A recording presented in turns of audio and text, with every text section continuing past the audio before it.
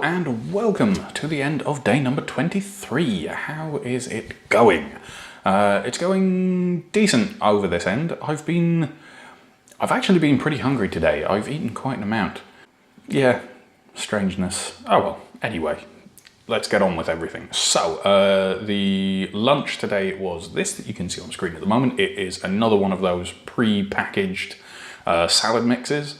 But this time I threw a bunch of Tabasco sauce on it because what I found with the one yesterday was the lettuce was very, very bitter, and I think that's just, you know, part of the packaging process. There's no salt or anything. It's literally just fresh salad, but because it's been sealed in an airtight container, it's, you know, it's not very fresh, it's not very good, so it was a bit disappointing, but addition of some Tabasco, that was pretty good. That, you know, brought it up again. My dinner was, as you can see, the bowl of potato stuff that Heiko makes for people. It's got a little bit of schmand, one of the two, which is like a German sour cream. I did say last time that I had it, but you know, again, I tried limiting the amount of sauce and stuff, because for the most part, it's just new potatoes, like the little tiny ones, and broccoli and carrots and, you know, cauliflower. I don't know, I know that's, again, like a bit of a flaw with what I'm eating and stuff, but it's once a week. I know that I'm meant to cut out as much dairy as possible, if not all of it, but sometimes it's just nice having something that's warm that someone else has cooked, you know? So I had, what you can see there, I had one bowl, then I had a second bowl because no one else was touching it, and it was still like full of veg and what have you. So, you know, a little bit of pepper on the top. I had the apple that was in the first picture to just as a snack while I was playing the game. Been drinking nothing but water. This that I've got at the moment is the last of my baked potatoes with quite a large portion of pico and absolutely drenched in sriracha, because the pico isn't massively spicy, even though there's like 5 chilies in it, because it's all spread out across this giant mason jar. So, you know, a little bit of extra sriracha. I really struggle with it. A little bit of extra sriracha is not going to hurt. I am saying it right, aren't I? I don't know. Anyway, hot sauce. Hot sauce. Hopefully I'll figure out exactly how to say it and not get confused. There's a lot of German sh and things. Right, so what are we doing? I did get cough a little bit last night when I was talking about the works and things like that, just because I kind of ran out of time. So the second job, the taxi office job, I did work there for a very, very long time, and we had some really odd customers and we had some really odd drivers. I can't say too much because, you know, obviously I'm still in contact with a bunch of them on my Facebook, and I post updates about the vlog on the Facebook. And, you know, just to give a rough overview, there was, you know, there's a couple of them that have since passed on, unfortunately. There's some guys and girls that had been driving for since before I was born, easily, and some are still going to this day, if not, you know, if not, they've got to retirement age and just stopped. There was at least one full-on far-right anti-Semitic Nazi. Like, there's no other way to describe it. The man is literally like a National Socialist in the proper term, like the proper sense of history, in the proper historical sense. Everything was either the fault of immigrants and the blacks, or the Jews. And that was just weird to deal with. And, you know, when you're stuck in a car with him, going like quite long distances, because at the time I was commuting a lot as well, back and forth to Middlesbrough and Newcastle, because of, you know, my hometown was in between the two, and just bouncing back and forth for an hour, 2 hours drive, which I know to Americans doesn't seem like a lot, but in Britain it's a fair amount. And when you're stuck literally right next door in a seat to a Nazi going 70, 80 miles an hour, which I think is like 120, 130 kilometers an hour, is, yeah, like there's not a lot of escaping from that, unfortunately. You know, we had an amazing customer, and I really want to share things about him because he was adorable. Now, a lot of people, he was basically famous in my hometown. We'll call him David, just so that people don't, like, you know.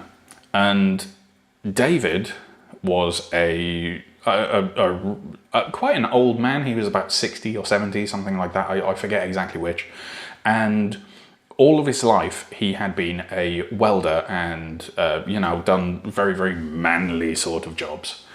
And when the rest of his family died, he started wandering around in dresses, which is, you know, absolutely nothing wrong with it. If that's what you want to do, go for it, you know, challenge gender norms, do it. But the reason he was famous is because my hometown is still very, it's a liberal heartland. Because it's working classes and there's a lot of unionized stuff and there's a lot of steelworks and chemical plants and things like that. It's very much a labor heartland. In you know, Britain anyway, it's a labor heartland. It's a liberal heartland. But the outlooks on people is still very, very conservative. So all of a sudden, we had this, you know, quite old bloke wandering around in really nice dresses and awesome high heels, and like, we're talking like break your neck high heels. And he was awesome. He was the nicest guy that you've ever spoken to. He was absolutely lovely. We used to have him as a regular customer all the time. And yeah, he was just so sweet, but he got such a hard time for it. I mean, we're talking like 15, 16 years ago, if you know, and there wasn't, like, I definitely feel like I've seen change on a social level of what's acceptable and what has become more mainstream. And, you know, it's this wonderful sort of thing where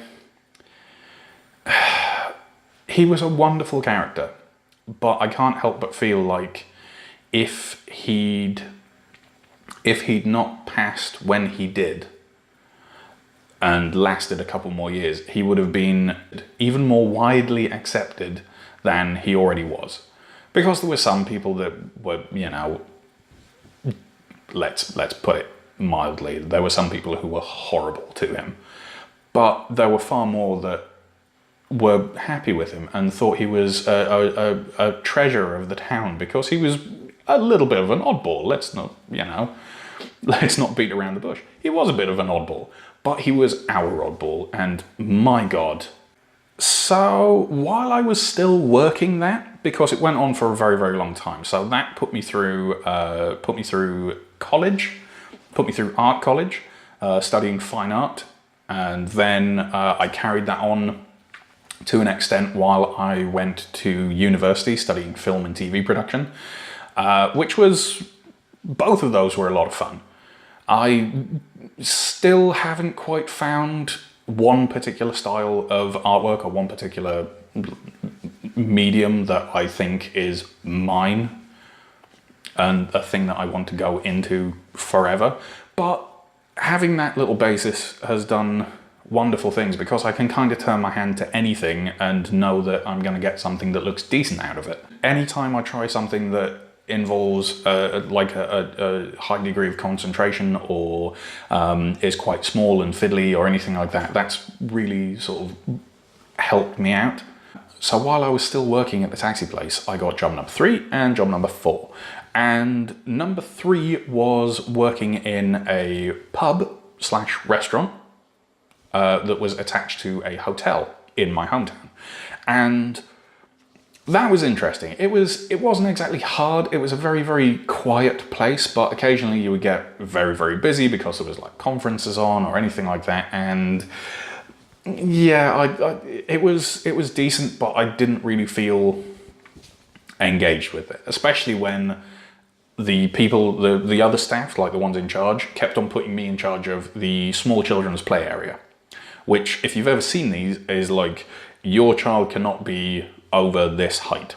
If they're over this height, they can't go in, because then, you know, they're going to hurt someone. Everything's made for smaller, everything's padded, and, you know, it's for like up to 6, like the children the age of 6, maybe.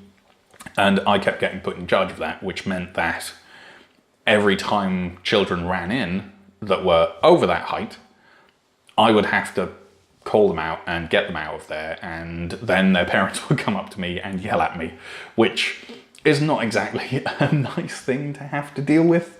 But, you know, another thing that I didn't like about that was we used to get tipped, but how it was explained to me was everyone puts their tips into one big jar, and then at the end of each week that amount is split amongst the people that have worked. And I never got a single one of my tips, ever. I mean, ever. So, you know, again, working for minimum wage, because I was still quite young at that point. I think I was just barely 18, which meant that I could, you know, serve behind the bar. But because I was just 18, the minimum wage at that point was very, very low. It was lower than it is anywhere near now. And that, with no tips, that just sucked hard. And job number 4 was working tech support for a broadband internet company when broadband was first coming out and we first got wireless routers. Yeah, Wi-Fi. And that was interesting because I was working another telephone job at the time. So every now and again, I would get the greetings confused, which doesn't exactly look great when you're being, you know, checked every single minute by one particular company, what you're saying, who you're talking to, what emails you're sending, what job you're doing, etc. So again, that one kind of sucked, but it was at least some experience in a call center. I think I lasted about 3 months, and that was all right. It wasn't great, but it gave me an idea of what I could expect in a call center environment. And when I say call center, I mean like anywhere that gets a lot of incoming calls, be that logistics or tech support or, you know, something a little bit more professional than what the taxi job was, which is, you know, sort of 5 people sitting around in an office, still smoking, even though it had been banned in workplaces. I don't think we've got time for job number 5 today, but, you know, I'll do job number 5 tomorrow, just because this is starting to get a little bit long. I'm going to end up staying up until ridiculous o'clock in the morning trying to get this all edited together. Right, thank you very much for joining me. I will see you all later. I'm going to go and eat this and edit all of this together, and we shall see you again tomorrow. Bye, everyone.